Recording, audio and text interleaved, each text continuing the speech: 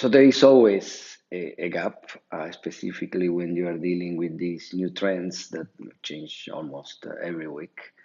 It takes some education and evangelization at the beginning, right? I think today companies are pretty much aware of what digital means for each industry and each business. I think it's less of an evangelization and more, about planning and doing and executing and delivering results. But it took some time at the beginning to expose the leadership team to digital, right? Get them actually, in practical terms, get them outside the office, do the typical startup safaris in Silicon Valley, or we went to China or Israel, which is another very important startup hub.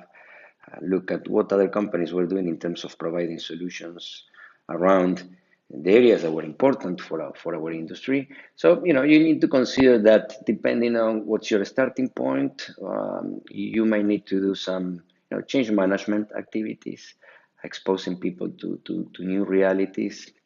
And from there, I think you can start to have a conversation about what do you want to do next, right? In my case, I would say we have a very specific conversation around how technology trends were affecting our specific industry, and secondly, we started to identify these new competitors in our industry. The ones, might be not the traditional ones, but are the new ones that are actually competing these days in a completely different way. So to give you a real example here, I have the opportunity to work both in CPG and in automotive.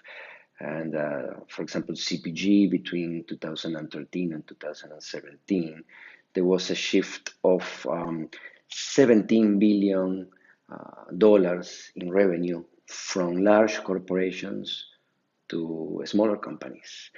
And these smaller companies were growing at 4 or 5% versus 1 2% of the large established CPG companies that we have these days. So when we look at that, we say, wow, what's happening here, right? They're eating our lunch. It looks like a death by 1,000 cuts, right? So it was very interesting to see who were those competitors and specifically why consumers were choosing them, right? And it was important to reflect on that. Another example was in automotive when we look at industry trends. And we were looking at things like electric vehicles, transportation as a service, autonomous vehicles. And all those trends were not only challenging the business model of traditional automakers, but also forcing these companies to become part of that ecosystem in where the car is connected to an ecosystem of different digital products. So basically, if you are in the car manufacturing industry, you go from selling a physical product one day to sell software and APIs after 5 months. And that's a huge change in terms of business capability, in terms of understanding, in terms of the talent that you need to have in your company to make it happen. So those are the things that I found in these two examples as gaps.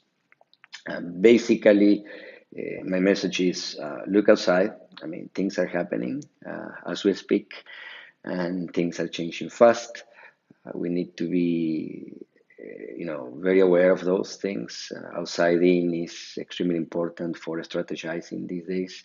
Strategies of 5 years maybe do not work anymore. Maybe our strategies of a couple of years that we have to review every 6 months or 12 months. I will feel more comfortable with that, and create a culture in where we really connect with our consumers, with the ecosystem, and actually build partnerships to win. It's a very difficult business landscape. It's complex. It's fast, and we cannot use the old recipes to win.